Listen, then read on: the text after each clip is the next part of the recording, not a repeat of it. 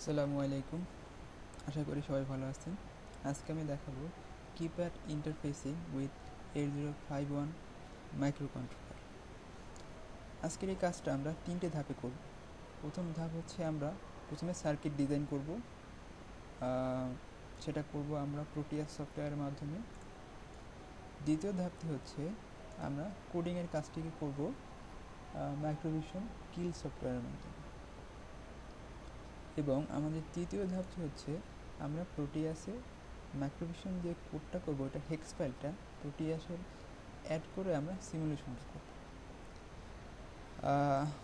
আজকের যে কাজটা যেটা আমি করতেছি সেটা আমি ওয়েবসাইটে সার্চ দেওয়ার পরে একটা লিঙ্ক পেয়েছি, এটার সাহায্য নিয়ে করতেছি। এখান থেকে আমি এই সাইটটার বা এটার লিঙ্ক আমি ডিসক্রিপশনে দিয়ে দেব। আর চলেন শুরু করা যাক। করতে হলে প্রথমে আমাদেরকে একটা নিউ ডিজাইন ফাইল নিতে হবে, ডিফল্ট। এটা আমরা সেভ করে নিই, প্রথমে ডেস্কটপে সেভ করলাম।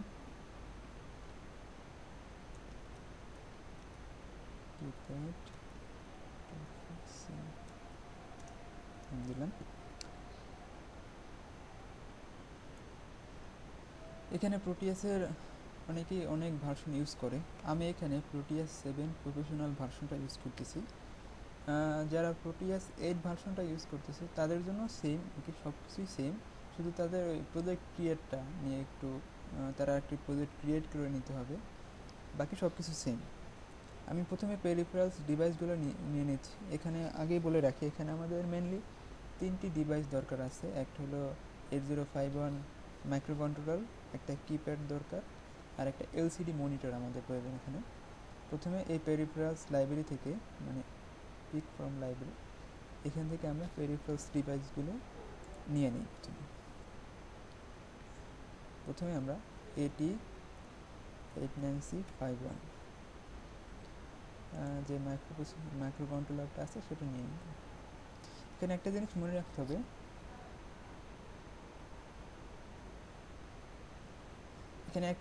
রাখতে হবে, আমরা ডিজাইনিংয়ে বা সার্কিট ডিজাইনে যে মাইক্রো কন্ট্রোলারটা ইউজ করব, আমরা যখন কোডিং করব তখন সেম মাইক্রো কন্ট্রোলারটা ইউজ করব।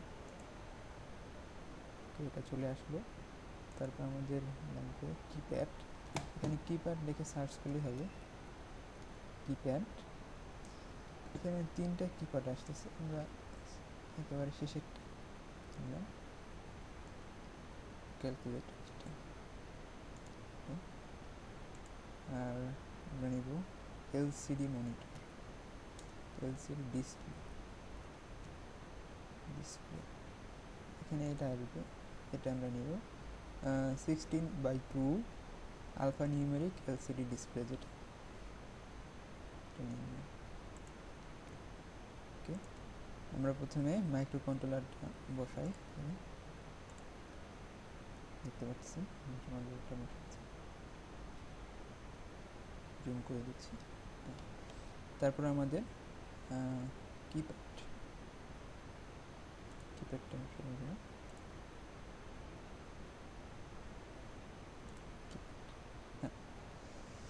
এখানে একটা জিনিস বলে রাখি যে আমাদের যে মাইক্রো কন্ট্রোলারটা ইউজ করছি এখানে টোটাল 4টা পোর্ট আছে।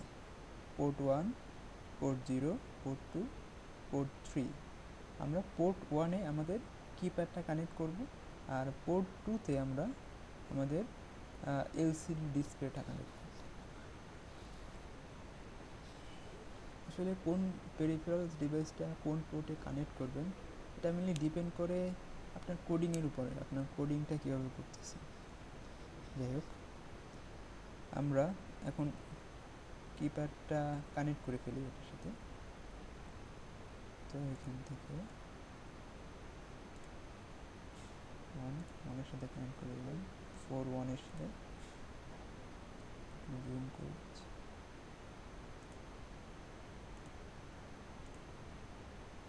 দিলাম একটু দেখুন, কানেক্ট হবে এখানে।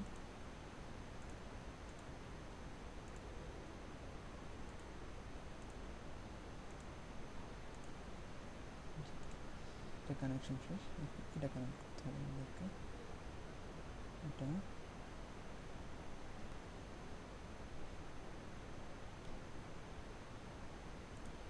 ডি কানেক্ট করতে হবে আমাদেরকে,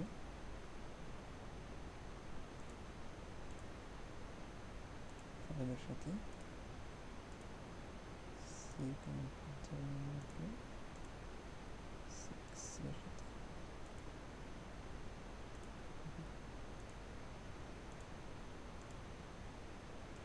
সেভেনের সাথে কানেক্ট করতে হবে আমাদেরকে এইটার সাথে। আপনার কানেকশনটা একটু দেখে নেন আমি কোথায় কোন কানেকশনটা করেছি, কানেকশনটা ভালো করে দেখে নেবেন। এটাও ডিপেন্ড করে, এটা আপনি কিভাবে আপনার কোডিংটা করতেছেন সেটার উপরে কানেকশনটা অনেক সময় ডিপেন্ড করে, আর অনেক সময় ডিপেন্ড নাও করতে পারে।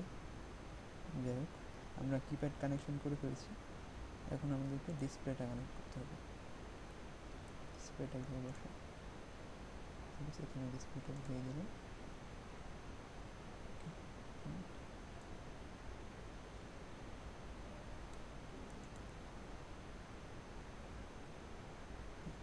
আমরা পোর্ট 2-তে ডিসপ্লেটা কানেক্ট করব মেনলি। এখানে আপনি সিরিয়াল অনুযায়ী কানেক্ট করে দিলেই হবে। পোর্ট 2 এর যে 0 নাম্বার পোর্ট, এটার সাথে আমরা আমাদের এলইডি এর যে ডি ডিজিটাল পোর্ট ডি0 সেখানে কানেক্ট করে দিলাম। বাকিগুলো এরকম সিরিয়াল বাই চলে যাবে, যথাক্রমে বসে বাকিগুলো।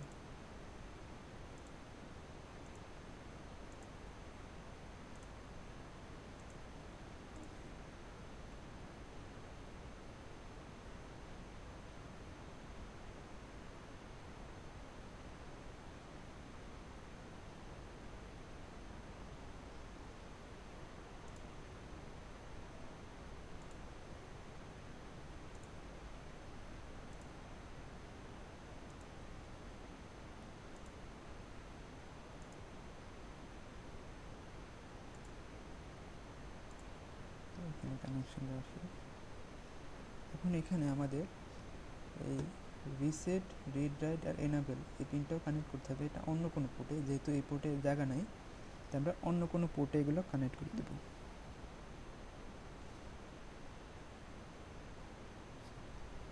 এটা অন্য কোনো পোর্টে দিলাম, আমরা পোর্ট 3-তে কানেক্ট করে দিলাম। পোর্ট 3-তে 2 নম্বর পিনে এটা রিসেট,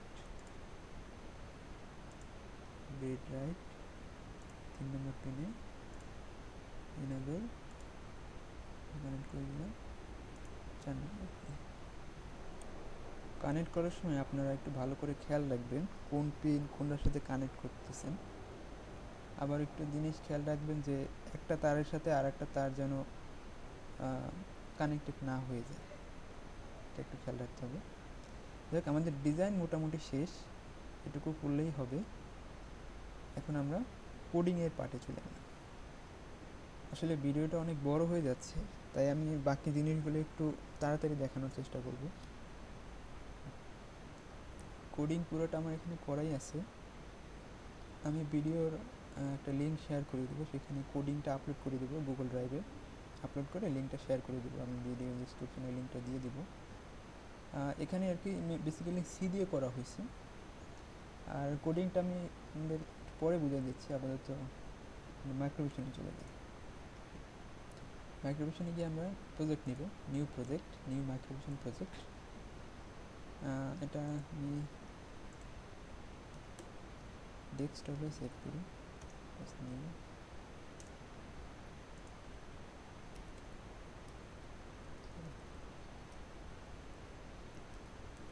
কিপ্যাড দিয়ে সেভ করলাম। এখানে আমরা আমাদের যে মাইক্রো কন্ট্রোলারটা নিয়ে নিতে হবে, এটি 89651 এটা নিয়েছিলাম ডিজাইনিংয়ের সময়, তাই এখানেও সেমটা নিতে হবে।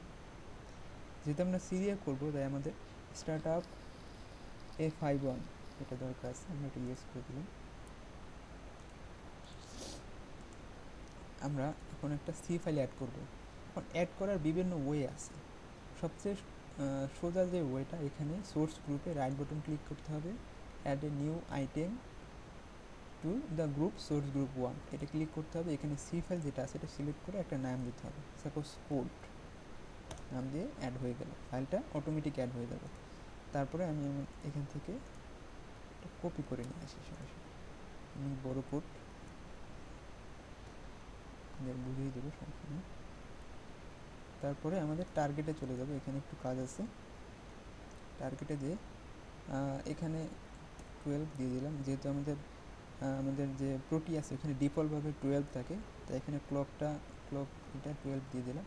আর এখানে ইউজ অন চিপ রম এটাও দিয়ে দেবো, যেহেতু আমি সি দিয়ে করতেছি এটার জন্য। আর আউটপুট এখানে ক্রিয়েট হেক্স ফাইল, এটা টিক মার্ক দিয়ে দেবো। নর্মালি টিক মার্ক দেওয়া থাকবে না, এই হেক্স ফাইলটা আমার দরকার আছে, কারণ এটা দিয়ে আমি আমাদের সিমুলেশনটা করব। ওকে, দেন ওকে করে দেব।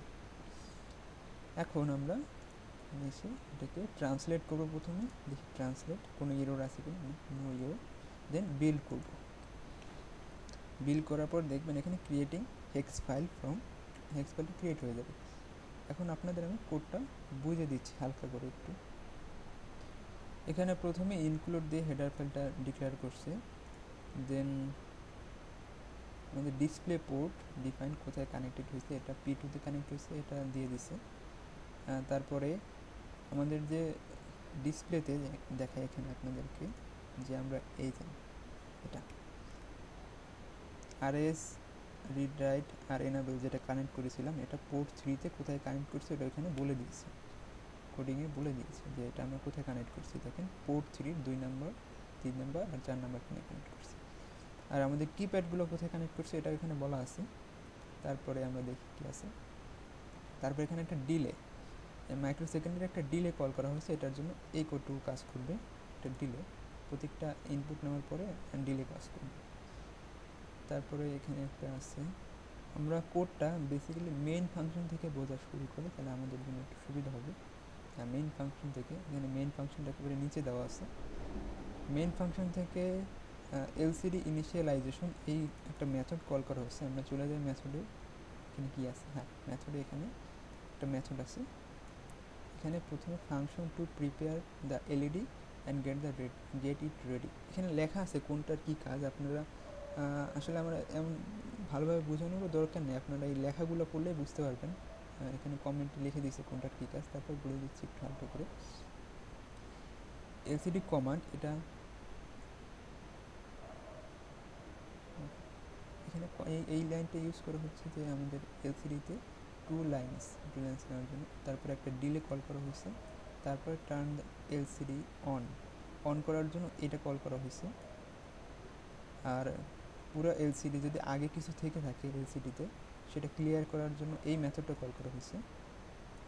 তারপর আবার একটা ডিলে কল করা হয়েছে।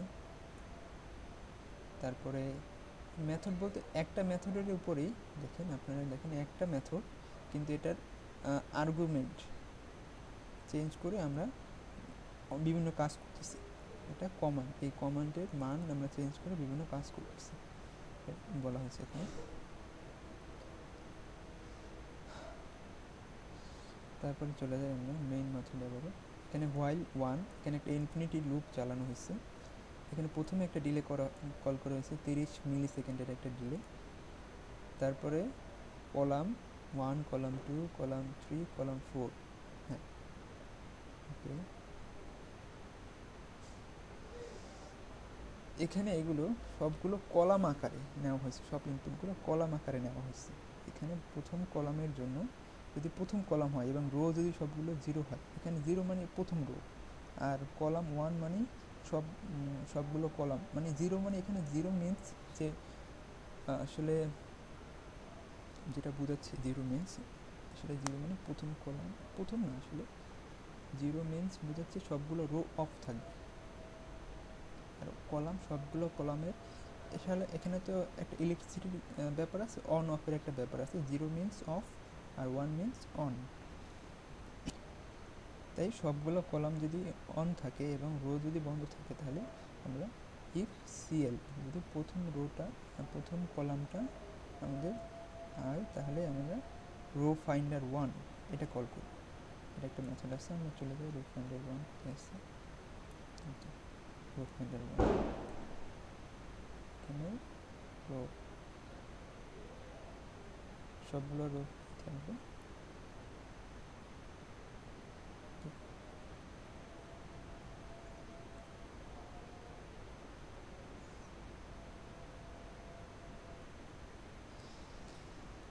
এভাবে বিভিন্ন মেথডের মাধ্যমে রো ফাইন্ডারগুলো কল করে আমাদের ডিসপ্লেতে আউটপুট দেখাচ্ছে। এটাই আর কি। কোডটা আমি দিয়ে দেবো, আপনারা বুঝতে পারবেন, সমস্যা নেই। তারপরে যদি কারো কোনো প্রবলেম হয় আমাকে কমেন্টে জানাতে পারেন। আমরা এখন আমাদের এটা সেকেন্ড পার্ট শেষ, এখন আমাদের থার্ড পার্টে চলে যাচ্ছি। থার্ড পার্টে এসে আমরা কি করব, আমরা ওখান থেকে একটা হেক্স ফাইল জেনারেট করছি, যেটা মাইক্রোভিশন কিল সফটওয়্যারের মাধ্যমে সি ফাইল থেকে একটা হেক্স ফাইল জেনারেট হয়েছে। আমরা এখন হেক্স ফাইলটা এখানে অ্যাড করব। কীভাবে অ্যাড করব, আমাদের যে 8051 যে মাইক্রো কন্ট্রোলারটা আছে এখানে ডাবল ক্লিক করব। ডাবল ক্লিক করলে একটা ডায়ালগ ওপেন হবে, সেখানে দেখতে পারবেন যে প্রোগ্রাম ফাইল নামে একটা অপশন আছে। এখান থেকে আমরা প্রোগ্রাম ফাইলে ক্লিক করে আমরা জানি ডেস্কটপে সেভ করেছিলাম, নিউতে গিয়ে অবজেক্টের ভিতরে আমার হেক্স ফাইলটা আছে, এটা হেক্স ফাইলটা এখানে অ্যাড করে দেব, তারপর ওকে করে দেব। এখন যদি আমরা সিমুলেশন এখানে রান করি তাহলে আমরা দেখতে পাবো যে রান হচ্ছে কিনা। দেখি রান করে, ওকে রান করছে, এখানে দেখতেছেন এটা ব্লিঙ্কিং হচ্ছে। আমরা এখানে 7 প্রেস করি, হ্যাঁ 7 আসতেছে। 8 9 4 5 6 1 2 3 এরকম আসতেছে। মাঝখানে দেখেন একটা ডিলে কাজ করতেছে, এটা ডিলে কাজ করতেছে, বাকিগুলো এভাবেই কাজ করে।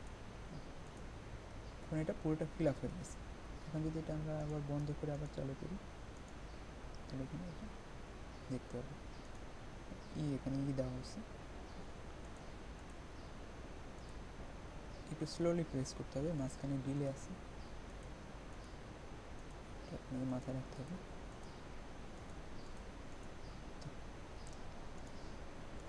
ওকে, এইটুকুই ছিল আমাদের কাজ, আশা করি আপনারা বুঝতে পারছেন। তারপরে যদি কারো কোনো প্রবলেম হয় আমার ইমেল দিয়ে দেবো, ওখানে আমাকে ইমেল করতে পারেন আর কমেন্ট সেকশনে জানাতে পারেন। ওকে, ভিডিওটা দেখার জন্য সবাইকে ধন্যবাদ, থ্যাংক ইউ। আসলে আমি সবাইকে হেল্প করার জন্য ভিডিওটা করা, তারপরেও যদি কারো কোনো সমস্যা থাকে আমাকে জানাবেন। ওকে, থ্যাংক ইউ।